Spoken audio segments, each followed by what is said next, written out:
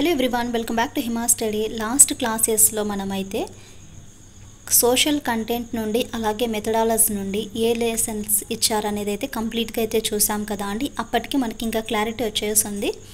ఏమని 6th నుండి 9th వరకు న్యూ సిలబస్ అంటే న్యూ టెక్స్ట్ బుక్స్ని మనమైతే ఫాలో అవ్వాలి. బట్ ఇక్కడ ఏంటంటే 10th క్లాస్ ఓల్డ్ సిలబస్ మాత్రమే అయితే చదవాలండి. ఇంకా మనకు ఇంటర్మీడియట్కి వచ్చేసరికి ఫస్ట్ ఇయర్ మాత్రం యాజ్ ఇట్ ఈస్గా ఇచ్చేస్తాడు. ఫస్ట్ ఇయర్ జాగ్రఫీ అయితే ఐడియా లేదండి, ఎందుకంటే టెక్స్ట్ బుక్ నా దగ్గర లేదు కాబట్టి.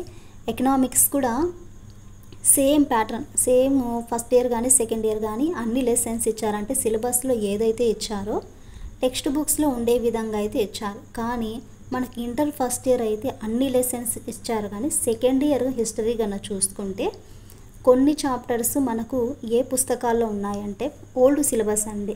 ఓల్డ్ సిలబస్ అంటే ప్రజెంట్ మనకు ఈ ఇయర్స్ నుండి టెక్స్ట్ బుక్స్ కాకుండా మన యొక్క స్టేట్ అనేది డివైడ్ కాకముందు ఏ టెక్స్ట్ బుక్స్ అయితే ఉన్నాయో ఆ టెక్స్ట్ బుక్స్ని బేస్ చేసుకొని సిలబస్ని అయితే ఇవ్వడం అయితే జరిగింది. మరి వాటిని ఎలా ప్రిపేర్ అవ్వాలనుకుంటే వెయిట్ అండ్ సీ అండి. అప్పటి వరకు మనం బుక్స్ ఏదో విధంగా అయితే గ్యాదర్ చేసి క్లాసెస్ అయితే చెప్తాము. బట్ అంతవరకు మనము టైంని వేస్ట్ చేయకోకుండా ప్రజెంట్ ఈ టెక్స్ట్ బుక్లో ఎన్ని చాప్టర్స్ ఇచ్చారు, 4-5 చాప్టర్స్ ఇచ్చారు, అందులో రిలేటెడ్గా ఉండే టాపిక్స్ని అయితే డిస్కస్ చేద్దాం. మరి లాస్ట్ వీడియోలో అయితే ఫస్ట్ ఇంటర్ సెకండ్ ఇయర్లో భౌగోళిక లెసన్ అయితే ఉంది కదా, ఆ లెసన్ కాకుండా మరి ఈ లెసన్ ఎక్కడి నుండి వచ్చింది అనేసి మీకు డౌట్ రావచ్చండి. అఫ్కోర్స్ ఈ లెసన్ ఇచ్చారు, మనకి ఆధునిక యుగారంభం అనేది ఇచ్చారు. అది వరల్డ్ హిస్టరీ కిందకి అయితే వచ్చింది. మీ యొక్క డౌట్ని అయితే నేను చూపిస్తాను ఆగండి. ఇక్కడ గమనించినట్లుగా అయితే మీరు చూడండి, ఇక్కడ భారతదేశం ఆధునిక యుగారంభం అనేసి ఇచ్చారు కదా. ఈ లెసన్ అనేది టెక్స్ట్ బుక్లో ఉంది. సో టెక్స్ట్ బుక్లో ఉంటే మనం యూస్ చేసుకోవచ్చు కదా అనేసి నేను ఈ వీడియో అయితే చేశానండి. ఇక్కడ పునరుజ్జీవనం, అలాగే విజ్ఞాన శాస్త్రాభివృద్ధి, సాంస్కృతిక పునరుజ్జీవన ఉద్యమము అనేసి ఇచ్చారు. ఈ టాపిక్స్ అన్నీ ఇచ్చారు. సో ఈ టాపిక్ని అయితే మనం కవర్ చేద్దాము. మరి ఇక్కడ మత సంస్కరణ, ఇక్కడ మత అనేది లేదండి, ప్రతి సంస్కరణోద్యమం అనేసి ఉంది, గుర్తుపెట్టుకోండి. ఆ చాప్టర్ని కూడా అయితే మనం ఈ లెసన్లో అయితే కవర్ చేద్దాం. టెక్స్ట్ బుక్స్ ఎట్లా మనకు ఈ చాప్టర్స్ అన్నీ కంప్లీట్ చేసుకుంటే నెక్స్ట్ ఏదైనా దొరికినాయి అనుకోండి ఆ సోర్స్ని అయితే యూజ్ చేద్దామండి. అప్పటి వరకు మన యొక్క ప్రిపరేషన్లో భాగంగా ఉండే టైంని మనము సద్వినియోగపరచుకొని చాప్టర్స్ అన్నీ కంప్లీట్ చేసుకుంటే రేపు వచ్చే డిఎస్సి కల్లా మనం సిలబస్ని కంప్లీట్ చేసుకొని రివిజన్ చేసుకోవడానికైతే టైం ఉంటుంది, అంతే కదా. సో కాబట్టి ఈ లెసన్ అయితే చేయడానికైతే రీజన్. అలాగే మన ఛానల్ కన్నా ఫస్ట్ టైం విజిట్ చేసినట్లయితే please do like and share, subscribe to my channel. అలాగే మీ ఫ్రెండ్స్కి కూడా షేర్ చేయండి. ఇంకా క్లాస్ అయితే స్టార్ట్ చేద్దామండి. ఇక్కడ మన లెసన్ వచ్చేసి ఇది ఇంటర్ సెకండ్ ఇయర్ హిస్టరీ. మరి ఎడిషన్ వచ్చేసి 2018 నుండి 2019 ఆధునిక యుగారంభం. చూద్దాం. ఇక్కడ రీనైసాన్స్ అనగా పునరుద్ధరణ లేక పునర్జన్మ అనేసి అర్థం. ఇక్కడ రీనైసాన్స్ అంటే పునరుద్ధరణ లేక పునర్జన్మ అనేసి అర్థం. నూతనత్వము, విశాల దృక్పథము, విశిష్ట లక్షణాలతో వచ్చిన సాంస్కృతిక పునరుజ్జీవన కాలంగా అయితే దీనిని చెప్పవచ్చు. ఇక్కడ చూడండి, అండర్లైన్ వేసిన దాన్ని మరీ అయితే చదివితే మనకు మైండ్లో అనేది ఫిక్స్ అయిపోతుంది. సాంస్కృతిక పునరుజ్జీవన కాలాన్ని ఐరోపాలో గతించిన ప్రామాణిక కాలాన్ని సమీక్ష చేయడం లేదా పునరుద్ధరించడంగా అయితే పేర్కొన్నారు. ప్రాచీన గ్రీకు రోమన్ల సంస్కృతి వెలుగులోకి తెచ్చి ప్రాచుర్యం కల్పించిన ఉద్యమమే సాంస్కృతిక పునరుజ్జీవన ఉద్యమం. చూడండి ఇక్కడ ఏమి ఇచ్చారనేది. ప్రాచీన గ్రీకు రోమన్ల యొక్క సంస్కృతిని వెలుగులోకి తెచ్చి దానిని ప్రాచుర్యం కల్పించిన ఉద్యమము ఏ ఉద్యమం అనేసి ఇక్కడ ఇచ్చారు, సాంస్కృతిక పునరుజ్జీవన ఉద్యమం. మరి దీని ద్వారా వ్యక్తి యొక్క అభిరుచులను కానీ నైపుణ్యాలను వెలికి తీయడం అయితే జరుగుతుంది. ఎందుకంటే అనేక మంది వ్యక్తులు అనేక రకాలైన కళాత్మకమైన జ్ఞానం అనేసి కలిగి ఉంటారు కదా. మనకు 1415 శతాబ్ది మధ్య కాలంలో ఐరోపాలోని అనేక దేశాల్లో పట్టణాలు అభివృద్ధి చెందాయి. ఈ పట్టణాలలో ప్రత్యేకమైన నాగరికత అనేది అభివృద్ధి చెందింది. ఫ్లారెన్స్, వెనీస్, రోమ్ నగరాలు కళలకు మనకు సారసత్వానికి ముఖ్య కేంద్రాలుగా అయితే పుట్టాయి. ఫ్లారెన్స్, వెనీస్, రోమ్ నగరాలు కళలకు అలాగే సారసత్వానికి ముఖ్య కేంద్రాలుగా అయితే ఉన్నాయి. ఫ్లారెన్స్ సాంస్కృతిక పునరుజ్జీవన ఉద్యమానికి మొదటి కేంద్రం. సంపన్న వర్గాలకు అంటే ధనవంతులు సంపన్న వర్గాలు కళాకారులను రచయితలను అయితే పోషించారు. ఎవరు? ధనవంతులు. ఎవరెవరిని పోషించారు? ఇక్కడ సంపన్న వర్గాల యొక్క కళాకారులను రచయితలను అయితే పోషించారు. ముద్రణ యంత్రం కనుగొనడంతో గ్రంథాలు విరివిగా ముద్రింపబడి ప్రజలకు అందుబాటులోకి అయితే వచ్చాయి. ముఖ్యంగా సుదూర ప్రాంతాలలో ఇతర దేశాలలో ఉన్న వారికి ఇవి అందుబాటులోకి అయితే వచ్చాయి. నెక్స్ట్ మానవతావాదం. తొలి విశ్వవిద్యాలయాలు ఇటలీ నగరాలలో ఆవిర్భవించాయి. ఫస్ట్ యూనివర్సిటీస్ మనకు ఇటలీ నగరంలో అనేవి ఆవిర్భవించాయి. 11వ శతాబ్దం నుంచి పాడువ, బొలాక్స్, ఇక్కడ పాడువ అలాగే బొలాక్ను విశ్వవిద్యాలయాలు న్యాయశాస్త్ర అధ్యయన కేంద్రాలుగా ఉండేవి. వీటి ద్వారా నూతన విద్యా విధానం మానవతావాదాన్ని ఇటలీ నగరాలలో అయితే ఆదరించింది. మరి ఇటలీలో యొక్క పాఠశాల స్థాయి నుండి విశ్వవిద్యాలయ స్థాయి వరకు అన్ని విద్యా సంస్థలలో ఈ మానవతావాదం అనేది బోధించబడింది. వీటితో పాటు విద్యతో పాటు అలాగే సంగీతం కానీ వ్యాయామం కానీ బోధించేవారు. ఈ కొత్త విద్యా విధానం వ్యక్తిలో సత్ప్రవర్తన, మంచి జీవితాన్ని తీర్చిదిద్దుకునే మార్గాన్ని అయితే నేర్పింది. వ్యక్తిని మానసికంగా అలాగే శారీరక దృఢంగా తయారు చేయడమే మానవతావాదం యొక్క ఉద్దేశం. మానవతావాది యొక్క ముఖ్య ఉద్దేశం ఏంటి? ఇక్కడ వ్యక్తిని మానసికంగా అలాగే శారీరకంగా కూడా దృఢంగా తయారు చేయడమే మానవతావాదం యొక్క ఉద్దేశం. ఇక్కడ 15వ శతాబ్ది ప్రారంభంలో మానవతావాది అనే పదాన్ని వ్యాకరణం, అలంకార శాస్త్రం, పద్యభాగం, చరిత్ర, తత్వశాస్త్రం బోధించే వారికి వర్తింపజేస్తారు. 15వ శతాబ్దం ప్రారంభంలో మానవతావాది అనే పదాన్ని ఎక్కడెక్కడ వారు వర్తింపజేస్తారు? వ్యాకరణం కానీ, అలంకార శాస్త్రము, పద్యభాగం, చరిత్ర, తత్వశాస్త్రం బోధించే వారికైతే వర్తింపజేస్తారు. లాటిన్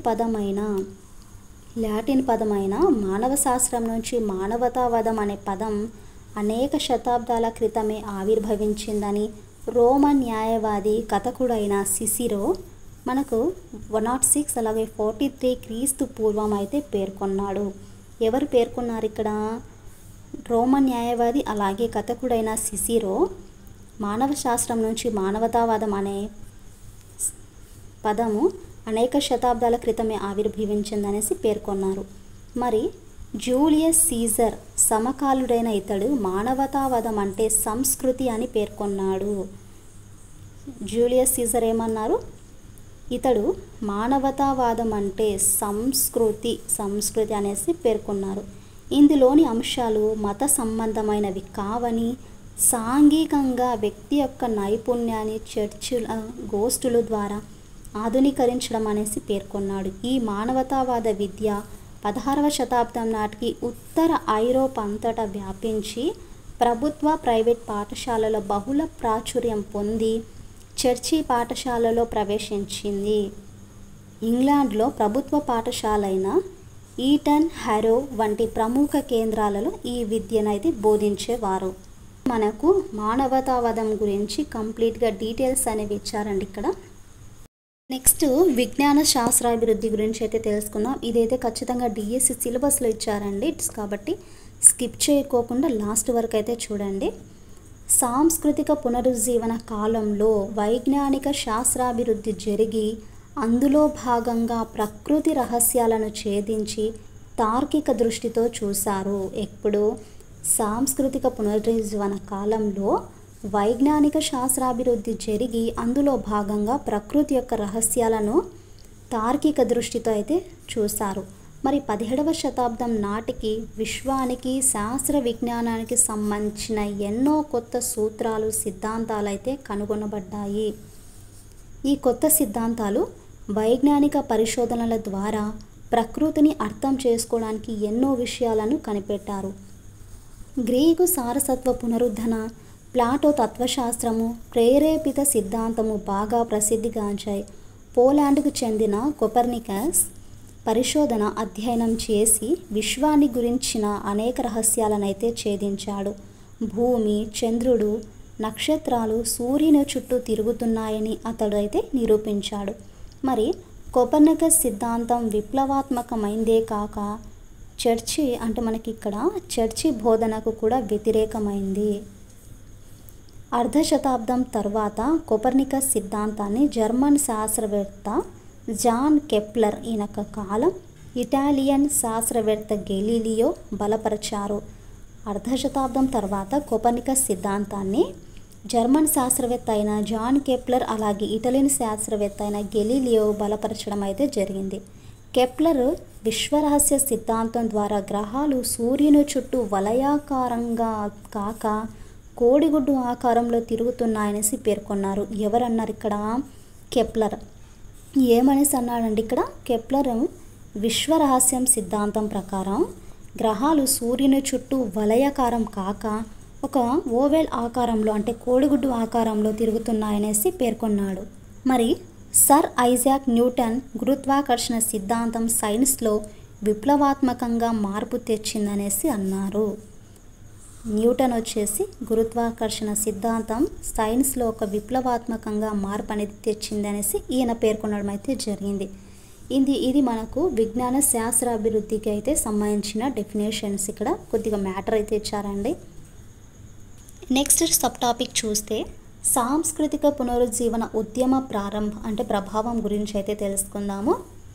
మధ్య యుగాలు అభివృద్ధి లేమితో అంధకారంలో ఉన్నాయని, దానికి విరుద్ధంగా పునరుజ్జీవన కాలంలో సృజనాత్మకత వంటి విషయాలు వెల్లివిరిశాయి. ఇటలీలో పునరుజ్జీవనంతో ముడిపడిన అనేక అంశాల యొక్క మూలాలు 12-13వ శతాబ్దాలలో ఉన్నాయి. ఈ కాలంలో ఐరోపాలో వచ్చిన సాంస్కృతిక మార్పులను కేవలం పురాతన రోమ్ గ్రీక్ నాగరికతలు మాత్రమే ప్రభావితం చేయలేదు. కానీ ఐరోపాలో గ్రీకులు అలాగే రోమన్ల కంటే సాంకేతిక పరిజ్ఞానం, నైపుణ్యాలు ఆసియాలోని ఎంతో ముందంజలో ఉండేవి. ప్రపంచంలో వివిధ ప్రాంతాల మధ్య పరస్పర సంబంధాలనేవి ఏర్పడ్డాయి. నౌకాయానంలో సాంకేతిక విజ్ఞానం వల్ల ఎక్కువ దూరం సముద్ర ప్రయాణం అయితే చేయగలిగారు. ఇది మనకు సాంస్కృతిక పునరుజ్జీవన ఉద్యమ ప్రభావం అయితే ఇదండి. నెక్స్ట్ సబ్ టాపిక్ వచ్చేసి ప్రతి సంస్కరణోద్యమం అండి. చూడండి ఇక్కడ మనకు ఈ చాప్టర్ కొద్దిగా లైన్ అయితే కూడా ఉంది, ఇది కూడా మనం చూసుకోవాలి. తమను తాము సంస్కరించుకొని నూతన ఉత్సాహంతో తిరిగి ప్రారంభమైన క్యాథలిక్ చర్చి సంస్కరణలే ప్రతి సంస్కరణోద్యమము. తమను తాము సంస్కరించుకొని అలాగే ఒక కొత్త ఉత్సాహంతో తిరిగి ప్రారంభమైన క్యాథలిక్ చర్చి సంస్కరణలే ప్రతి సంస్కరణోద్యమము. ఈ ప్రతి సంస్కరణోద్యమ ఉద్దేశము చర్చిని సంస్కరించి అందులోని లోపాలను సరిదిద్ది ప్రొటెస్టెంట్లను తిరిగి క్యాథలిక్ చర్చి పరిధిలోకి తేవడం. ఈ టాపిక్ చిన్నదండి, జస్ట్ మనకు సబ్ టాపిక్స్ ఇచ్చారు. ఆధునిక యుగారంభం టాపిక్లో సబ్ టాపిక్స్ ఏమి ఇచ్చారు? అక్కడ సాంస్కృతిక పునరుజ్జీవనం గురించి అయితే ఇచ్చారు, అలాగే ప్రతి సంస్కరణోద్యమం గురించి అయితే చూసాం కదా అండి. అలాగే విజ్ఞాన శాస్త్రాభివృద్ధి కూడా అయితే తెలుసుకున్నాము. ఇది ఫ్రెండ్స్ ఈ లెసన్లో సబ్ టాపిక్స్తో సహా కొద్దిగా అయితే నేర్చుకున్నాం కదా. నెక్స్ట్ లెసన్ వచ్చేసి మత సంస్కరణోద్యమం అనేది ఆ టాపిక్ గురించి అయితే డిస్కస్ చేద్దాం. ఐ హోప్ మీ క్లాస్ నచ్చిందనేసి అనుకుంటున్నానండి. మన క్లాసెస్ కన్నా మీకు నచ్చితే please do like and share, subscribe to my channel. అలాగే క్లాస్ ఏ విధంగా అనిపించిందో కూడా ఖచ్చితంగా కామెంట్ అయితే చేయండి.